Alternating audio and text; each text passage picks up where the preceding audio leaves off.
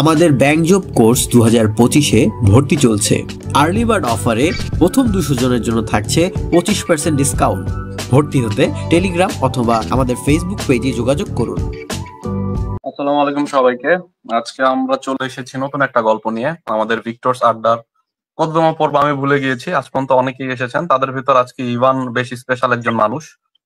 ইভানের কেন স্পেশাল সেটা ইভানের পরিচয়টা শুনলে আপনারা বুঝবেন। আমাদের বিশেষ করে আমাকে অনেকেই মেসেজ করেন যে আমার পক্ষে জব ক্র্যাক করা পসিবল কিনা, বা আমি এই ভার্সিটিতে পড়ি, বা ভার্সিটিতে আমার রেজাল্ট খারাপ, বা এরকম অনেক কিছু নিয়ে আমরা কভার করেছি। আজকে আমরা শুনবো বরিশাল বিশ্ববিদ্যালয় থেকে বাংলাদেশের টপ যে চাকরিগুলো, বাংলাদেশ ব্যাংক এডি, সেখানে পঞ্চম হওয়ার যে গল্পটা, সেটা আমরা আজকে ইভানের কাছ থেকে জানবো। ঠিক আছে, তো ইভান, তোমাকে স্বাগতম আমাদের ভিক্টরস আড্ডার কোন একটা নাম্বার হবে পর্বে। আমি নাম্বারটা অনেকগুলো পর্ব হয়ে গেছে, আমি ট্র্যাক হারায় ফেলছি। তোমাকে স্বাগতম। আর একটু ছোট করে যদি তোমার পরিচয়টা আমাদের সাথে শেয়ার করতা। আচ্ছা, ধন্যবাদ ভাইয়া। আসসালামু আলাইকুম, আমি মোহাম্মদ ইসরাইল ইভান, বরিশাল বিশ্ববিদ্যালয় থেকে 2015-16 সেশনে রসায়ন বিভাগ থেকে স্নাতক সম্পন্ন করেছি। আমার গ্রামের বাড়ি পটুয়াখালী জেলার গলাচিপা উপজেলায়। গলাচিপা মাধ্যমিক বিদ্যালয় থেকে আমার এসএসসি 2013 সালে এবং 2015 সালে বরিশাল অমৃতলাল দে কলেজ থেকে ইন্টারমিডিয়েট কমপ্লিট করা, এইটুকুই। আর বরিশাল বিশ্ববিদ্যালয় থেকে রসায়নে মাস্টার শেষ করছি। এখন বর্তমানে সোনালী ব্যাংকে অফিসার ক্যাশ হিসেবে কাজ করতেছি, আর বাংলাদেশ ব্যাংকের সহকারী পরিচালকে যোগদান করবো 23 তারিখে। আপাতত এইটুকুই ভাইয়া পরিচয়।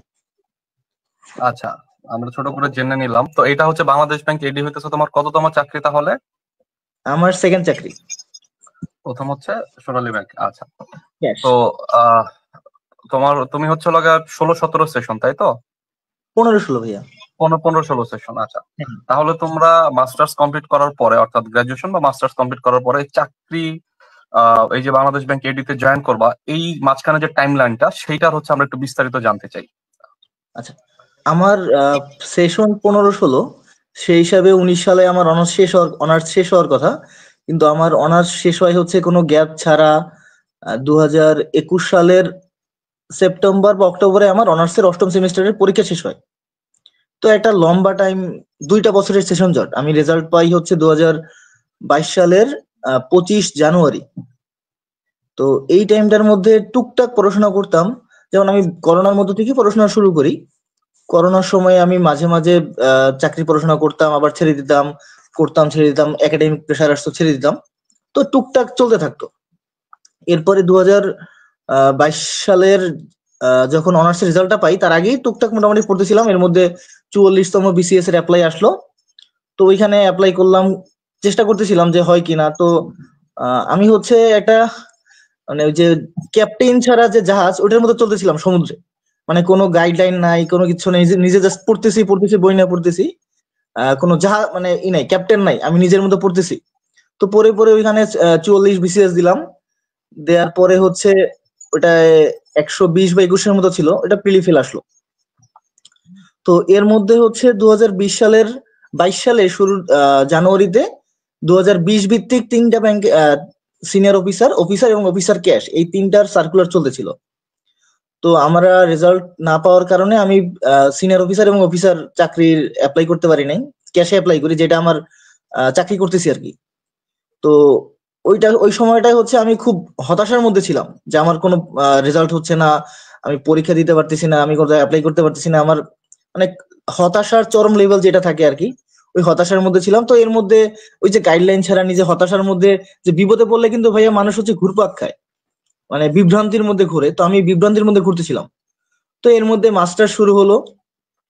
মাস্টার্স শেষ করতে করতে 2022-এর আমাদের ডিসেম্বরই মাস্টার্স এর পরীক্ষা শেষ হয়ে যায়। এর মধ্যে 2022 সালে এডির একটা সার্কুলার আসে, আমি অ্যাপ্লাইও করি। তখন আমাদের মাস্টার্স এর একটা কোর্স বাংলাদেশ কেমিক্যাল ইন্ডাস্ট্রিজ কর্পোরেশনের একটা ট্রেনিং সেন্টারে আমাদের 1 মাসের একটা ট্রেনিং থাকে। তো ওই প্রিলিটা যখন হয়, তখন আমার মাস্টার্স এর ফাইনাল পরীক্ষা রানিং, এবং আমি তখন ওই ট্রেনিং ইনস্টিটিউশনে ছিলাম। তো আমি পরীক্ষা অ্যাটেন্ড করি নাই। তো এরপরে আবার 23 সালের শুরুতে আমার থিসিস ছিল, থিসিস করলাম। 45তম প্রিলি দিলাম, এটাও ফেল করছি। ফেল করতে করতে এর মধ্যে হচ্ছে জুন মাসে ডিসিশন নিলাম হচ্ছে ফার্মায় ঢুকবো। আমাদের তো কেমিস্ট্রিতে ভাইয়া ওই যে কোয়ালিটি কন্ট্রোল বা রিসার্চ এন্ড ডেভেলপমেন্টে ফার্মায় ছেলে পেলে নাই, আমাদের অনেক বন্ধু বান্ধব ভাই ব্রাদার চাকরি করতেছে। তো ওদের সাথে যোগাযোগ করলাম যে ভাই আমার তো ভালো লাগতেছে না, পড়াশোনা হবে না আমার দিয়ে, চাকরি বাকরি, তুমি ফার্মায় ঢুকবো। তো আমি ভাইদের সাথে কথা বলে মোটামুটি সেট আপ করছি যে ভাইরা আমাকে ঢুকাই দেবে একটা ফার্মায়। তো এর মধ্যে হচ্ছে আমি 23 সালের আগস্ট মাসে হল ছাড়ার সিদ্ধান্ত নেই। আমি তো হলে ছিলাম, হল ছাড়ার সিদ্ধান্ত নেই। তো সেপ্টেম্বরের 1 তারিখে আমি হল ছেড়ে মেসে উঠি। তো আমার একটা বন্ধু, ও হচ্ছে 41 বিসিএস এ কৃষি ক্যাডারে আছে, মুতাসিন সায়েম। তো ও হচ্ছে আমারে বললো যে তুই কোচিং এ আয়। তো আমি এবার ওই কনফিডেন্স যে বরিশালে শাখা আছে ওদের হচ্ছে লাইব্রেরিতে পড়তাম, ও জাস্ট পড়তাম। এর মধ্যেই আপনার আগস্ট মাসেই সম্ভবত সেপ্টেম্বর মাসে এডির পরীক্ষার ডেট আসে, সার্কুলারের ডেট আসে। তো আসার পরে হচ্ছে আমি ওইভাবে পড়তে থাকি। মানে আমার রুটিন ছিল সকাল 6টায় আমি ঘুম থেকে উঠতাম, ঘুম থেকে উঠে গোসল করে ভাত খাইতাম, 7:45 আমার ভাত খাওয়া শেষ, 7টায় কোচিং খুলতো, আমি 7টায় কোচিং এ ঢুকতাম, ওইখান থেকে পড়তাম, মাঝে একটা টিউশন করাতাম, টিউশন করে খাওয়া দাওয়া শেষ করে আমি আবার রাত্র 11টায় কোচিং থেকে বের হতাম, লাইব্রেরি থেকে আর কি, মানে আমার দিনই যেত লাইব্রেরিতে। তো এইটা পড়তে পড়তে প্রিলির পরীক্ষা আসলো। আমি বিভিন্ন অনলাইন প্ল্যাটফর্মে প্রিলি পরীক্ষা দিতাম। তো আমাদের তো প্রিলি পরীক্ষা ছিল সম্ভবত 24 অক্টোবর এডির। তো আমার স্ট্রং জোন হচ্ছে ম্যাথ। তো ম্যাথ নিয়ে আমি পরীক্ষা দিতে গেলাম। তো আমাদের সময় তো ভাই আমরা ওই কোশ্চেনের ম্যাথটা কিন্তু প্রচন্ড হার্ড হয়েছিল প্রিলিতে। তো আমি ওই যে লাইভ এমসিকিউতে যখন মাঝে মাঝে পরীক্ষা দিতাম, ওদের যে ম্যাথ কোশ্চেন 20টা আসতো, আমি 20টা হচ্ছে করতে আমার 10 থেকে 15 মিনিট সময় লাগতো। তো আমি যখন ওই পরীক্ষা দিতে ঢুকি, তো আমার মেন্টাল সেট আপ ছিল যে আমি সময়টাকে 2টা ভাগে ভাগ করছি। প্রথম 30 মিনিটে হচ্ছে ম্যাথ ছাড়া বাকি যে 80টা কোশ্চেন ছিল ওই 80টা কোশ্চেন দেখাবো, আর বাকি 30 মিনিটে 20টা ম্যাথ করবো। তো আমি প্রথম 30 মিনিটে সাকসেসফুলি ইংলিশের 10টা বা 15টা কোশ্চেন দেখাই, বাকি ভালো একটা অ্যামাউন্ট দেখাই। এরপরে অঙ্ক করতে গিয়া দেখি অঙ্কটা হচ্ছে অনেক পেঁচানো। তো তাও আল্লাহর রহমতে আমি 18টা ম্যাথ করছিলাম ওই প্রিলির। করার পরে আমি যখন পরীক্ষার হল থেকে বের হইলাম, আমার মনে হইলো যে আমার প্রিলি হবে না। মানে লিটারালি আমার চোখ থেকে শুধু পানি পড়ে নাই। আমার একটা বন্ধু হচ্ছে অঞ্জন, আমরা একসাথেই পড়ি। তো অঞ্জন আমাকে ফোন করলো যে তোর পরীক্ষা কেমন হয়েছে। আমি ওরে জাস্ট বললাম যে আমি বরিশাল আসতেছি, পরে কথা বলবো। তো আমি আর ওই ঢাকা থেকে কোনো কিছু না খেয়ে বাসে উঠলাম। বাসে উঠা যে মন মরার মতো বসেছিলাম, এরপরে বাসায় আসলাম। এসে আমি ক্যালকুলেশন করে দেখি আমার নাম্বার থেকে 58 বা 59 এরকম একটা নাম্বার থাকে। তো আমি আসলে এটা নিয়ে আশাবাদী ছিলাম না যে আমার প্রিলি হবে কিনা। তো তারপরে হচ্ছে ওই আমার যে বন্ধুর কথা বললাম যে মুতাসিন সায়েম, মানে আমাকে যে গাইড করতো, ও হচ্ছে আমাকে বললো যে তুই রিটার্ন পড়। আমি বললাম ভাই আমার হবে না। বলছে তুই রিটার্ন পড়, হোক বা না হোক তোর আগে থাকলো। তো এখন কোচিং এর লাইব্রেরিতে কিন্তু ভাইয়া অনেকে এসে জিজ্ঞেস করে কি পড়ো বা কি, এটা মানে ধরেন আমি ওদের এখানে রিটার্ন পড়লাম, আমার প্রিলি হইলো না, এটা মানুষ করলো, মানে আমার এটা খারাপ লাগতো। তো আমি মার্কার দিয়ে বই, এই রিটার্নের ম্যাথ বইয়ের উপরের যে রিটার্ন ম্যাথ ওই শব্দটা মুছে দেই। এরপরে আমি ম্যাথ করতাম রিটার্নের, ট্রান্সলেশনটা দেখতাম। এর মধ্যে প্রিলি রেজাল্ট হইলো, আল্লাহর রহমতে পাশ করে গেলাম। এরপরে হচ্ছে রিটার্নটা জাস্ট ওইখানে টোটাল হচ্ছে 28 দিন সময় ছিল। তো আমি 28 দিন একটু প্রতিদিন টাস্ক করতাম, সব টাস্ক করতাম, রিটার্ন পরীক্ষা দিতাম অনলাইন প্ল্যাটফর্মে। যেহেতু বরিশালে ব্যাংকের জন্য কোনো কোচিংই নাই, লিটারালি বরিশালে ব্যাংকের প্রস্তুতি নেওয়ার জন্য কোনো সাপ্লিমেন্টারি কোচিং নাই, কিছু নাই। তো আমি ওইটা অনলাইন প্ল্যাটফর্মে পরীক্ষা দিতাম। তো পরীক্ষা দিয়ে আমি রিটার্ন পরীক্ষা দিতে গেলাম। তো রিটেনেও আমি একটা টাইমের প্ল্যানিং থাকতো আমার সব সময়, যে আমি হচ্ছে নাম্বার ধরে অ্যান্সার করতাম, যে 1-এর পরে 2, 3, 4, 5, 6 এইভাবে সিরিয়াল বাই। মানে আমি 7 নাম্বার করে 1 নাম্বারে আসবো এরকম না, যে আমি 1 থেকে শুরু করছি এবং একসাথে শেষ করব। আর একটা প্যাটার্ন ছিল হচ্ছে আমার, যে আপনার মার্কস ডিস্ট্রিবিউশনটার সাথে টাইমের একটা আমি সেট আপ করতাম। যেমন হচ্ছে আমার টোটাল 200 মার্কের পরীক্ষা, 120 মিনিট। তো আমি দেখতাম যে আমার 10 মার্কের জন্য আমি 6 মিনিট টাইম পাচ্ছি। তো আমি 10 মার্কের কোশ্চেনে ওই 6 মিনিটই লিখতাম, 1 মিনিট বেশিও লিখতাম না, কমও লিখতাম না, ওই ম্যাথে হচ্ছে আমার টাইম বের হয়ে যেত 2-1 মিনিট, ওই টাইমটা আমি ফোকাসই দিতাম।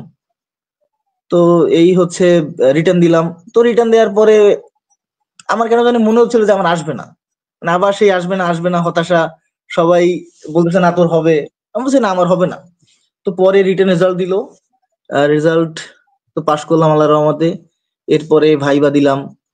এখন আল্লাহর রহমতে, মানে আল্লাহ দিছে ভাইয়া, আল্লাহ দিছে আর কিছুই না। আমি আমি আমি জাস্ট তোমার হচ্ছে অনুভূতিটা জানতে চাই, যখন হচ্ছে ফাইনালি তুমি দেখলা ফাইনাল যে ভাইবার যে মানে চূড়ান্ত যে রেজাল্টটা, মাঝখানে অনেক পট পরিবর্তন হলো দেশের। হ্যাঁ, তো এরপরে হচ্ছে একটা দীর্ঘ সময় পরে একটা ভাইবার রেজাল্ট যে তুমি আলটিমেটলি পাইলা, তো ওই সময় তোমার অনুভূতিটা আসলে কেমন ছিল সেটা একটু আমাদেরকে জানাও। আমি আসলে তখন আমাদের রেজাল্ট হয় 12 নভেম্বর। তো 12 নভেম্বর হচ্ছে দুপুরে রেজাল্ট হয়। তো আমরা এর মধ্যে ওই যে আমাদের ভাইবা যে গ্রুপ গুলো থাকে, গ্রুপে আমরা প্রতিদিন গল্প করি, ভাই আজকে রেজাল্ট হবে, সবাই প্রচুর সাসপেন্সে থাকে, আজকে রেজাল্ট হবে রেজাল্ট হবে। তো ওই দিন কারো কোনো আলাপ নাই, কোনো রেজাল্টের কোনো কারো নাই। তো আমি অফিসে ছিলাম, আমরা অফিসেই লাঞ্চ করি। তো লাঞ্চ করে আমরা সবাই ব্রাঞ্চে সবাই বসে বসে গল্প করতেছিলাম। তো এর মধ্যে আমি হচ্ছে ফোনে ডাটা অন করে ফেসবুকে ঢুকি। ঢোকার পরে আমার বন্ধুরা মেসেজ দিতেছিল যে কি রে, কি অবস্থা, রেজাল্ট রেজাল্ট দিছে নাকি, তোর কি হয়েছে টইছে। তো আমার মানে ভয় লাগতেছিল, আমার হাত টাত কাঁপতেছিল, মানে বুক কাঁপতেছিল। আর এরপরে হচ্ছে আমি রেজাল্ট শিট ডাউনলোড করে শুরু থেকে খুঁজতেছিলাম। তো খোঁজার পরে হচ্ছে 5 নম্বরই দেখলাম আমার রোলটা, 22, 90, 66। তো এরপরে হচ্ছে চিৎকার দিয়ে ম্যানেজারকে জানালাম যে স্যার আমার তো এডিতে আসছে। তো স্যার হচ্ছে সাথে সাথে আব্বারে ফোন দিছে যে আব্বার, আমার যে ম্যানেজার স্যার উনি হচ্ছেন কলিগ ছিলেন। তো সে আব্বাকে ফোন দিলেন যে স্যার ওর তো হয়ে গেছে। পরে আমি আব্বার সাথে কথা বললাম, মানে এই অনুভূতিটা আসলে ওই সময় ভাষায় বোঝানোর মতো না। এরপরে আমি অফিস থেকে বাসায় চলে আসি, দেখি আম্মা নামাজ পড়তেছে। পরে গেছি, পরে আম্মা আমাকে জড়িয়ে ধরে কান্না করে দিছে। আব্বা মানে খুশিতে করতেছে। তো এইটা আসলে ভাইয়া মানে কথায় এক্সপ্রেস করার মতো কোনো ব্যাপার আমার বলে মনে হয় না। মানে আমি এক্সপ্রেস করতে পারবো না আসলে কতটা ভালো লাগার একটা ব্যাপার ছিল এটা। 2022-এর কত মানে কোন মাসে পাস পাস করলা বললা, টোটাল পড়াশোনা শেষ হলো? 22 জানুয়ারির 25 তারিখে। জানুয়ারির 25 তারিখ। তো 2022-এর জানুয়ারি থেকে আপনার 24-এর নভেম্বর পর্যন্ত, অর্থাৎ 2 বছর 8 মাস 10 মাসের মতো প্রায় সময়। তো 2 বছর 10 মাসে যে পরিশ্রমের কথাটা শুনলেন, যে সকালবেলা 7টার সময় ঢুকে রাত 11টার সময় বের হওয়া, হ্যাঁ, এই একটা যে কঠোর পরিশ্রম, এবং দিনের পর দিন একটার পর একটা প্রিলি ফেল হইতে হইতে মানে নিজের হচ্ছে কি বলবো কনফিডেন্স লেভেল হচ্ছে একদম তলানিতে চলে যাওয়া, আশেপাশের মানুষের কথা শোনা, হ্যাঁ, এর ভিতরে যখন হচ্ছে মানে কাঙ্ক্ষিত যে জবটা পাওয়ার জন্য আপনি ঠিক 2 বছর 3 বছর 4 বছর আগে পড়াশোনা শুরু করেছিলেন, সেইটা যখন আলটিমেটলি আপনি পেয়ে যান, তো সেইটার অনুভূতি আসলে কখনোই ভাষায় প্রকাশ করা সম্ভব না। এবং আমি আমি সবার জন্য দোয়া করি যাতে হচ্ছে যত চাকরি প্রত্যাশী আছেন, যারা বেকার আছেন, তাদের সবার জীবনে অন্তত এই মুহূর্তটা আসুক। এটার সাথে আসলে কোনো কিছু তুলনা হয় না। তো তোমার জন্য শুভকামনা। খুব সুন্দর করে হচ্ছে তুমি আমাদের সাথে শেয়ার করলা সব বিষয়টুকু। এখন হচ্ছে তোমার কাছ থেকে আমরা শুনতে চাই যে আমাদের যারা বাংলাদেশ ব্যাংক এডিতে হচ্ছে হয়তো সামনে সার্কুলার আসতে পারে, এছাড়া সিনিয়র অফিসার ক্যাশিয়ার প্রায় 7,285 পোস্টের হচ্ছে নিয়োগ পরীক্ষা পেন্ডিং। এগুলো হয়তো এই বছর এবং সামনের বছর মিলে ইনশাল্লাহ সবকিছু সর্টেড হয়ে যাবে, পরীক্ষা হয়ে যাবে। তো এই যে আমার একজন মানে একটা বিশাল যেই হচ্ছে আপনার তোমার হচ্ছে পদে হচ্ছে খালি রয়েছে, এখানে হচ্ছে একটা হিউজ ক্যান্ডিডেট আমার হচ্ছে অ্যাপ্লাই করতেছে। তো তাদের উদ্দেশ্যে তুমি যদি একটু সাবজেক্ট ভিত্তিক প্রিপারেশন গুলো বলতা, প্রিলি এবং রিটেন, তোমার টেকনিক গুলো এবং হচ্ছে বাকিদের হচ্ছে করণীয় এবং বর্জনীয়। আচ্ছা, আমার মনে হয় ভাইয়া সব থেকে বড় যে ব্যাপারটা হচ্ছে মনে হয় যে এই সময়টায় মানে সবাই কিন্তু পড়তেছে ভাই, আপনি দেখবেন আশেপাশে সবাই কিন্তু পড়তেছে। মানে পড়াশোনা করে না এমন মানুষ খুবই কম। মানে যারা তো এই পড়াশোনা করেও যারা খারাপ করতেছে তাদের যেটা আমার কাছে বেশি মানে বেশি সমস্যা মনে হয় যে তারা সব খেতে চাচ্ছে, তারা আসলে জানেই না কোনটা কোনটা বাদ দিতে হবে, তারা সব পড়তে যায়। আমি অনেক মানুষকে দেখতাম একটা সাবজেক্টের 3-4টা বই পড়তেছে। প্রিলি পরীক্ষার জন্য একটা সাবজেক্টে 3-4টা বই ফলো করা আমার কাছে মনে হয় না দরকার আছে। আপনি একটা একটা সাবজেক্টে একটা বই পড়াই ভালো। আর প্রথমত আমার কাছে যেটা বেশি গুরুত্বপূর্ণ মনে হয়, প্রথমেই হচ্ছে বিগত প্রশ্নগুলো পড়ে ফেলতে হবে। কোনো ফ্যাকাল্টি বেসড পড়া যাবে না, মানে বিগত কোশ্চেন যা আছে সব পড়তে হবে। যেমন অনেকে আছে যে লাস্ট 2 বছর বিএবিএম পরীক্ষা নিছে, শুধু বিএবিএম এর কোশ্চেন ব্যাংকই পড়তেছে। তো আমার মনে হয় এক্ষেত্রে কোনো ফ্যাকাল্টি বেসড না পড়ে জাস্ট ইন জেনারেল নিজের একটা প্রিপারেশন গুছাইতে হবে। যেমন ভাই এখন দেখবেন যে ফেসবুকে একটা রিউমার ছড়াচ্ছে যে এফবিএস পরীক্ষা নিবে, ব্যাংকের সার্কুলারের টেন্ডার এফবিএস পেতে পারে কিংবা আইবিএ। তো পোলাপানের মাথার ঘুম মানে মাথার হয়ে গেছে। ওপেন টেন্ডার হবে যে সবচেয়ে কম বিট করবে সেই পাবে, তাই না? এটাই হচ্ছে পরীক্ষার নিয়ম। এই পরীক্ষা নিবে, আপনি পরীক্ষার হলে ঢোকার আগ পর্যন্ত বা তার 2-3 দিন আগ ছাড়া আপনি জানতে পারবেন না। মানে ওইটাই ভাই, এখন হচ্ছে সবার মাথায় ঘুরতেছে পরীক্ষা কে নেবে। তো আমার মনে হয় পরীক্ষা কে নিবে এই চিন্তা না করে আমার প্রিপারেশন যতক্ষণ না টপ নচ হচ্ছে ততক্ষণ আমার হাঁটতে হবে। আর সব থেকে বড় ব্যাপার হচ্ছে একটা গাইডলাইন দরকার। যে ধরেন আমার সামনে একটা মানুষ আছে যে আমাকে আমার কথা শুনতেছে এবং আমার কি করণীয় বা কি বর্জনীয় সে আমাকে সামনাসামনি বলতেছে, এইরকম একটা মানুষ দরকার। হোক সেটা সিনিয়র জুনিয়র বন্ধু, মানে সফল কেউ, যে কোনো একটা চাকরি পাইছে বা আমি যেই লাইনে আছি এই লাইনে একটা চাকরি পাইছে অলরেডি, এইরকম একটা মানুষ দরকার যে আমার ভুলগুলো দেখতে পারবে। যেমন ভাইয়া আমি কিন্তু আমার ভুলগুলো দেখতে পাবো না। ধরেন আপনি আপনি আমার সিনিয়র, আপনি আমার আগে চাকরি পেয়েছেন, তো আপনি কিন্তু আমার ভুলগুলো দেখতে পারবেন যে ইভান তোমার এইখানে এখানে ভুল হচ্ছে। আমি ইভান কিন্তু আমার এই ভুলটা দেখতে পারবো না। তো প্রত্যেকেরই ওইরকম একটা মানুষ দরকার যে হচ্ছে তার ভুলগুলো দেখাই দিবে। এটা সব থেকে বেশি দরকার। আর যেটা হচ্ছে পড়াশোনার ক্ষেত্রে সব থেকে বড় দরকার হচ্ছে কোনটা পড়বো, তার থেকে বেশি দরকার হচ্ছে কোনটা বাদ দিব, কোনটা আমি পড়বো না। যেমন আমি কিছু কাজ করতাম যে কিছু জিনিস বাদ দিতাম। যেমন বাংলায় কিছু টপিক মনে হইতো যে এই সাহিত্য, যে এই সাহিত্য থেকে অনেক বেশি কোশ্চেন আসতেছে, অনেক ডিপে আসতেছে। তো আমি ডিপের গুলো না করে চিন্তা করতাম যে যেগুলো কমন আসবে, মানে বিগত পরীক্ষা থেকে 2-1টা কোশ্চেন আসে, এই 2-1টা কোশ্চেন যাতে আমার ভুল না হয়, আমি ওই জিনিসটার চেষ্টা করতাম। যে আমার সব পড়তে গেলে আমার হয়তো অন্য দিক থেকে একটু ছুটে যাবে, এই জন্য আমি আমার দুর্বলতা বুঝে ওই জিনিসটা বাদ দিতাম। আবার হচ্ছে ইংরেজিতে হচ্ছে ওই যে আপনার গ্রুপ ভার্ব বা ইডিয়মস বা এই প্রিপোজিশন, এইগুলো দেখা যেত যে 2-3টা আসে কিন্তু অনেক বড় একটা জায়গা। আমি কমন গুলো সব পড়তাম, যেগুলো হচ্ছে আমার আপনি মাস্টার বইটা হয়তো দেখে থাকবেন যে মাস্টার বইটা অনেক হিউজ দেয়া আছে, অনেকের দেখতাম ওই সব প্রত্যেকটা প্রিপোজিশন ধরে ধরে মুখস্থ করতেছে, কিন্তু আলটিমেটলি এই টাইমটা দেয় তার অন্য সাইড ছুটে যাচ্ছে।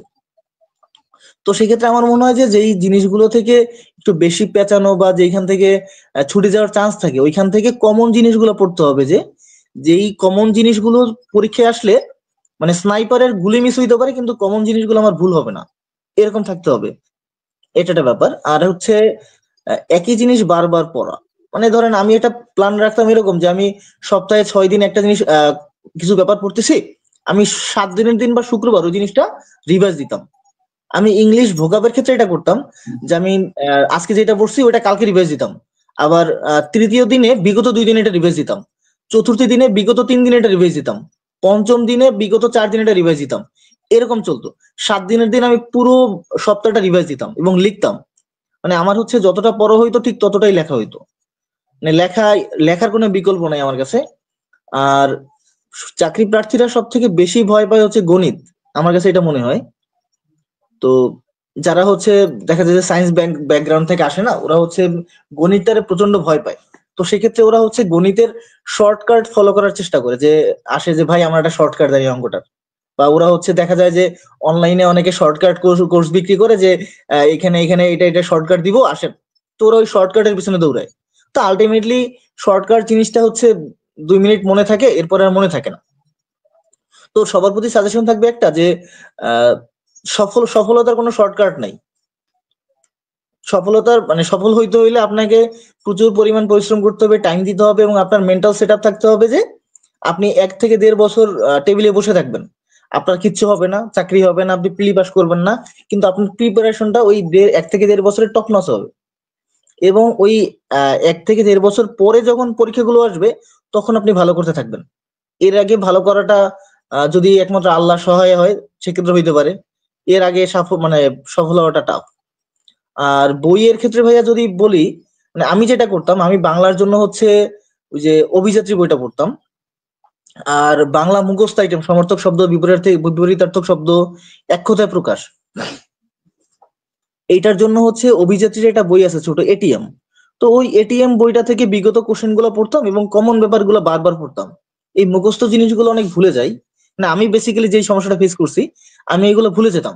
তো এইগুলো চেষ্টা করতাম আমি প্রতি মাসে অন্তত রিভিশন দেওয়ার, যাতে এটা আমার মাথায় থাকে। আর ইংরেজির জন্য হচ্ছে আমি প্রথমে মাস্টার বইটা বললাম, এরপরে হচ্ছে কম্পিটিটিভ এক্সাম এই বইটা থেকেও দেখতাম। তো আমি ভাগ ভাগ করে পড়তাম, যে মুখস্থ পার্ট গুলা মাস্টার থেকে দেখার চেষ্টা করতাম, বিগত কোশ্চেন গুলো যেহেতু ওইখানে অনেক বিগত কোশ্চেন থাকতো। আর গ্রামারের ব্যাপারগুলো হচ্ছে আমি কম্পিটিটিভ এক্সাম থেকে প্র্যাকটিস করতাম। জিকের জন্য বেসিক ভিউ পড়তাম। ওইটা তো বিসিএস এর জন্য যখন পড়ছি, ব্যাংকের জন্য আলাদা করে পড়ি নাই। ওই বিসিএস এ যেটা পড়ছি ওইটাই আমার হয়ে গেছে আর কি। আর কম্পিউটারের জন্য হচ্ছে আলাউস কম্পিউটার আওয়ার, আমার কাছে মনে হয় ওই বইটা বেশ গুছানো, এবং ওইটা পরে আমি আর কি উপকার পাইছি, সহজ কথা ভাইয়া। তা আমি বইয়ের কোনো প্রমোশন, অনেকে ভাবতে পারে যে এই বইয়ের কথা বলতেছে, তা আমি হচ্ছে না। ওইটা পরে উপকার পাইছি এই জন্য বলা আর কি। আর ম্যাথ হচ্ছে আমি 2020 থেকে 22 সালের মধ্যে খাইরুস যে অ্যাডভান্স ম্যাথ, ওইটার 70% সলভ করে ফেলি। তো মানে ফাঁকে ফাঁকে টার্গেট নিয়ে সলভ করে ফেলি। আর আমি ম্যাথের টিউশন করাতাম, প্লাস হচ্ছে লাইভ এমসিকিউতে ওই যে আইবি এর ম্যাথ গুলো আসতো ওইগুলো সলভ করতাম, বা কোনো বিগত পরীক্ষার ম্যাথ আসছে ওইগুলো সলভ করতাম। জাস্ট এইভাবেই আমার ম্যাথের প্রিপারেশনটা হয়। তো এটা হচ্ছে আমার প্রিলি প্রিপারেশন। আমি রিটেনের জন্য ভাই আলাদা করে প্রিপারেশন নেই নাই, জাস্ট ফোকাস গুলো দেখতাম, যে ফোকাস কিভাবে লিখবো। আর টাইম ম্যানেজমেন্ট, এই দুইটাই ছিল মানে রিটেনে আমার পাস করার টেকনিক।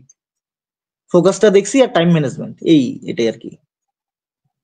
আচ্ছা, তো খুব সুন্দর একটা থরো আইডিয়া পেলাম।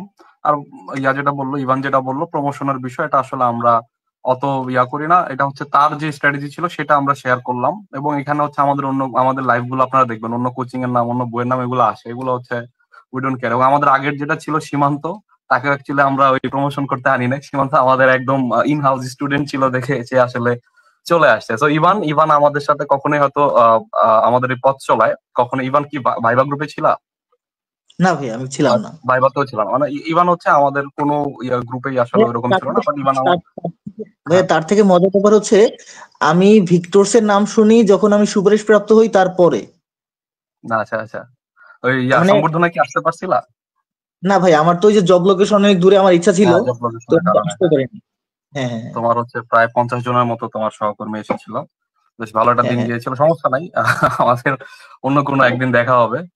তো ইনশাল্লাহ এটাই ভাইয়া। আর কি। তো আলটিমেটলি এই হচ্ছিল গিয়ে তার প্রিলি এবং রিটেন পরীক্ষার প্রস্তুতি। এবং আপনারা যেটা সবাই বুঝতেছেন যে এটা আসলে খুব রিগোরাস একটা প্রিপারেশনের ভিতর, রেগুলার একটা ডিসিপ্লিনের ভিতর দিয়ে বছরের পর বছর যাওয়ার ফলেই হচ্ছে আপনার এই আসলে অসাধ্যটা সাধন হয়েছে। 1.5 থেকে 2 লাখ মানুষ হচ্ছে বাংলাদেশ ব্যাংকের ফর্ম তুলে, যেহেতু কোনো প্রকার আবেদন ফি লাগে না, সংখ্যাটা আরো বেশিও হইতে পারে, আমি ধরে নিচ্ছি 1.5 থেকে 2 লাখ। এবং এদের ভিতরে হচ্ছে আসলেই পড়াশোনা করে আসে এই সংখ্যাটা যথেষ্ট বড়। তো সেখান থেকে ছোট হতে হতে এতজনের ভিতরে পঞ্চম হওয়াটা, এটা আসলে চারটিখানের কথা নয়। বিশেষ করে অনেকেই আসলে আমরা আসলে একটা কনফিডেন্সের অভাবে ভুগি যে আমি অত ভালো বিশ্ববিদ্যালয় থেকে পড়তে পারিনি, বা ঢাকা বিশ্ববিদ্যালয় থেকে পড়তে পারিনি, বুয়েট থেকে পড়তে পারিনি, ভাইবা বোর্ডে কি আসলে আমাকে করবে কিনা। এগুলো আসলে ভুয়া কথা। আপনি যদি পরিশ্রম করেন এবং আপনার ভাইবা বোর্ডের যারা মেম্বার তারা যদি দেখে যে আপনি একজন পরিশ্রমী ছেলে, এবং হচ্ছে আপনার কথাবার্তায় মনে হচ্ছে যে আপনি যথেষ্ট জ্ঞান নিয়ে আসছেন, অবভিয়াসলি তারা সেটাকে মূল্যায়ন করবে। আর যদি এরকম হয় যে আপনি হচ্ছে একটা ভালো ভার্সিটি থেকে পড়ছেন, বাট ওইটুকু গর্ব নিয়ে আপনি ভাইবা বোর্ডে ঢুকে গেলেন, হ্যাঁ, তো এরপরে আলটিমেটলি দেখা যাচ্ছে যে যদি স্যাররা বুঝতে পারে যে আসলে অতটা লাইফ নিয়ে সিরিয়াস না, বা অতটা হচ্ছে পরিশ্রমী না, তো তাকে অবভিয়াসলি মার্ক কম দেওয়া হবে। এবং এর নজির অনেক আছে। তো ইভান আমাদের সবার অনুপ্রেরণা হয়ে থাকবে। তো সর্বশেষ হচ্ছে ইভানের কাছে আমরা জানতে চাই যে হচ্ছে আমাদের যে কমন মিস্টেক্স গুলো, মানে চাকরি প্রার্থীরা যে মিস্টেক্স গুলো বেশি বেশি করে থাকে, সেই জিনিস নিয়ে যদি একটু বলতা। আর এই যে সামনে যেহেতু আমার পরীক্ষা আছে, তার জন্য যদি সামান্য কিছু কথা বলতা, এরপর হচ্ছে আমরা শেষ করে দেবো লাইভটি। আমার ভাইয়া সব থেকে বড় যেটা সাজেশন, যে একটা গাইডলাইন দরকার। এইটা গাইডলাইন ইজ এ মাস্ট। আমি যে আপনার শুরুতে কিন্তু ভাইয়া বলছিলাম যে প্রথম যখন আমি প্রিপারেশন নিই তখন, এখন আমার মনে হচ্ছে যে তখন ছিলাম আমি এটা ধরেন আটলান্টিক বা প্রশান্ত মহাসাগরে একটা নৌকা ভাসতেছে, যে এখানে কোনো ক্যাপ্টেন নাই, ড্রাইভার নাই, জাস্ট একটা নৌকা ভাসতেছে। তো আমার লাইফে ওই ক্যাপ্টেনের ভূমিকাটা পালন করে হচ্ছে আমার ওই বন্ধু মোতাসিন সায়েম। ও হচ্ছে আমাকে গাইড করতে, যে তুই এটা পড়বি। তো সবার প্রতি আমার একটাই সাজেশন, যে আপনারা আপনার পরিচিত কারো হেল্প নেন। যদি পরিচিত কারো না হয়, অনলাইনে অনেক ভাইয়ারা আছে বা অনেক স্যাররা আছেন, তাদের থেকে হেল্প নেন। অনলাইন বিভিন্ন প্ল্যাটফর্ম আছে, প্ল্যাটফর্মে যুক্ত হন, সেখান থেকে সাজেশন পাবেন। কিংবা হচ্ছে আপনার নিজেরা আপ টু ডেট রাখতে চাকরির বাজারে নিজের সক্ষমতা যাচাইয়ের জন্য পরীক্ষার কোনো ভাবে বিকল্প নাই। সেটা প্রিলি, রিটেন কিংবা ভাইবা, যেটাই হোক পরীক্ষা দিতে হবে। যেমন হচ্ছে প্রিলি পরীক্ষা দিলে আমি আমার প্রিপারেশন বুঝতে পারবো যে না আমার প্রিলিমিনারি পরীক্ষায় 60% নাম্বার থাকতেছে কিনা। যদি যে কোনো প্রিলি পরীক্ষায় আমার 60% নাম্বার ক্যারি করতে পারি আমি, তাহলে বুঝতে হবে যে না আমি যে কোনো চাকরির পরীক্ষায় পাশ করতে পারবো। এখন আমি যদি নিজে পরীক্ষাই না দেই, তাইলে কিন্তু ভাই আমি নিজেরা জাজ করতে পারবো না যে আমার কতটুকু নাম্বার আসলো বা কোথায় আমার দুর্বলতা আছে, কোথায় কি আছে। এখন সবার প্রতি আমার একটাই সাজেশন যে আপনারা অ্যাটাচড হন, কোথাও ফিজিক্যালি হোক কিংবা হচ্ছে অনলাইনে হোক, আপনারা অ্যাটাচড হন। এবং হচ্ছে আপনারা অবশ্যই দেখবেন যে আহ, কোথা থেকে কোথায় আপনার ভালো লাগতেছে, আপনার ভালো লাগাটা থাকতে হবে অবশ্যই। এবং হচ্ছে আপনি সবসময় শেখার চেষ্টা করবেন যে যেখানে যারা আপনাকে হেল্প করবে সবাই হচ্ছে সফল। তো সফলদের থেকে আপনি অবশ্যই সাজেশন নিবেন, যাতে হচ্ছে তারা কিভাবে করছে। হ্যাঁ, আপনার যে সবকিছু শুনতে হবে এমন না, কারণ আল্লাহ আপনাকে বিবেক দিচ্ছেন যে তাদের থেকে যেটা নিয়ে যে তারা আপনাকে 10টা সাজেশন দিল, এবার আপনি 10টা সাজেশনকে অ্যানালাইসিস করেন যে কোনটা আমার জন্য ভালো হবে বা কোন পথে হাঁটলে আমার ভালো হবে, ওইটা দেখেন। আর পরীক্ষার্থীরা ভাইয়া সব থেকে বেশি যেটা ভুল করে সেটা হচ্ছে ভয় থাকা। মানে ভয় থাকা এবং নিজেরে মাঝে মাঝে চিন্তা করে যাই আমি সব খেয়ে ফেলবো, চাকরির বাজারে আসছে আমি সব খেয়ে ফেলবো। ইউনিভার্সিটিতে পড়াশোনা করে ফার্স্ট ক্লাস পাওয়া বা ভালো করা আর চাকরির বাজারে ভালো করা সবসময় এক হয়ে ওঠে না। কারণ ভাই দুই ধরনের পড়াশোনা। অনেকে আমরা দেখি যে আমি ইউনিভার্সিটিতে খুব ভালো স্টুডেন্ট, তাইলে মনে হয় আমার এমনি এমনি চাকরি হয়ে যাবে। কিন্তু সরকারি চাকরি পাওয়ার জন্য আপনাকে ডিফারেন্ট লাইনে পড়াশোনা করতে হবে এবং একটা লং টাইম পড়তে হবে। তো সবার প্রতি আরেকটা সাজেশন হচ্ছে আপনার আশেপাশে যদি কোনো আহ আপনার চাকরির প্রার্থী আছে এমন কারোর সাথে মেশেন। এবং হচ্ছে কোনো লাইব্রেরিতে যদি পড়ার সুযোগ হয় সেখানে বসে পড়েন, কিংবা ইউনিভার্সিটি লাইব্রেরিতে যদি পড়ার সুযোগ থাকে সেখানে পড়েন। মানে পড়েন, সহজ কথা পড়েন। আশেপাশে নিজের আশেপাশে দেখেন যে পড়তেছে এমন মানুষ থাকুক, তাদেরকে দেখে নিজের কোয়ালিটিটা জাজ করেন যে না আমার এইখানটায় ডেভেলপমেন্ট দরকার, বা ওর এই ভালো গুণটা আছে, আমার এই গুণটা ওর থেকে নিতে হবে। যেমন একজন ভালো ইংলিশ পড়তেছে, ওর থেকে ইংলিশের হেল্প নেন। একজন ভালো বাংলা পারে, ওর থেকে ভালো বাংলা হেল্প নেন। তো এই হেল্প নিতে নিতে দেখবেন হচ্ছে আপনি এক সময় ভালো করে যাবেন। তো আমার সবার প্রতি সাজেশন, আপনারা পড়াশোনা করেন। আর হচ্ছে অনলাইনে বা অফলাইনে যেখানেই হোক পরীক্ষা দেন, হোক প্রিলি হোক রিটেন, পরীক্ষা দেন।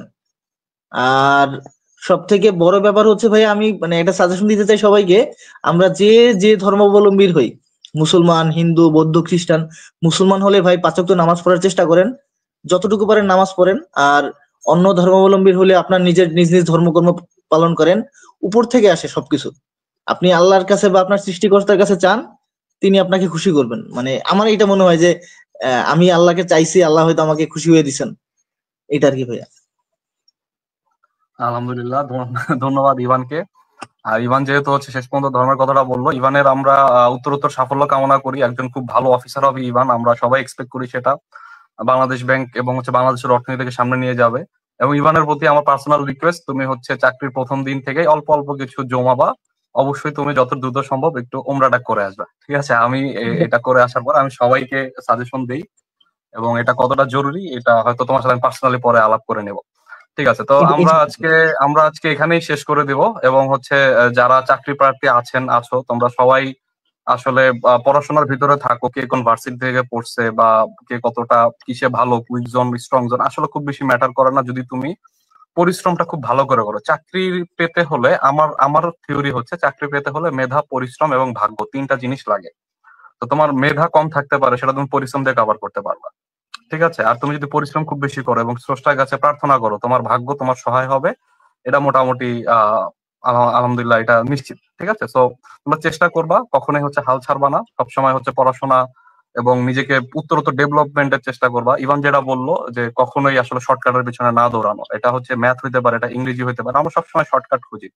তো সফলতার কোনো শর্টকাট নাই। শর্টকাট হচ্ছে আপনাকে আসলে দেখা যায় কি বছরের পর বছর আমি প্রিপারেশন নিলাম এই শর্টকাট দিয়ে, আলটিমেটলি কোনো কাজেই লাগতেছে না। সেই জায়গায় আমি যদি ডেভেলপমেন্টের কাজটা শুরু করতাম, আমার একটা, দুইটা, তিনটা চাকরি না হয়তো চতুর্থ চাকরিটা কিন্তু আমার ঠিকই হয়ে যেত। একটা না একটা সময় আমি আমার কাঙ্ক্ষিত লক্ষ্যে পৌঁছাতে পারতাম, ঠিক আছে? তো ইভানের যে পরামর্শগুলো সেগুলা হার্ট এন্ড সোল সবাই মেনে চলবেন। তো সবার জন্য শুভকামনা, ইভানের জন্য শুভকামনা। তো আজকে আমরা এখানেই শেষ করে দিই ইভান, কি বলো? ঠিক আছে ভাইয়া। ঠিক আছে ইভান, ভালো থাকবা। আসসালামু আলাইকুম। আসসালামু আলাইকুম ভাইয়া। আমাদের ব্যাংক জব কোর্স 2025-এ ভর্তি চলছে। আর্লি বার্ড অফারে প্রথম 200 জনের জন্য থাকছে 25% ডিসকাউন্ট। ভর্তি হতে টেলিগ্রাম অথবা আমাদের ফেসবুক পেজে যোগাযোগ করুন।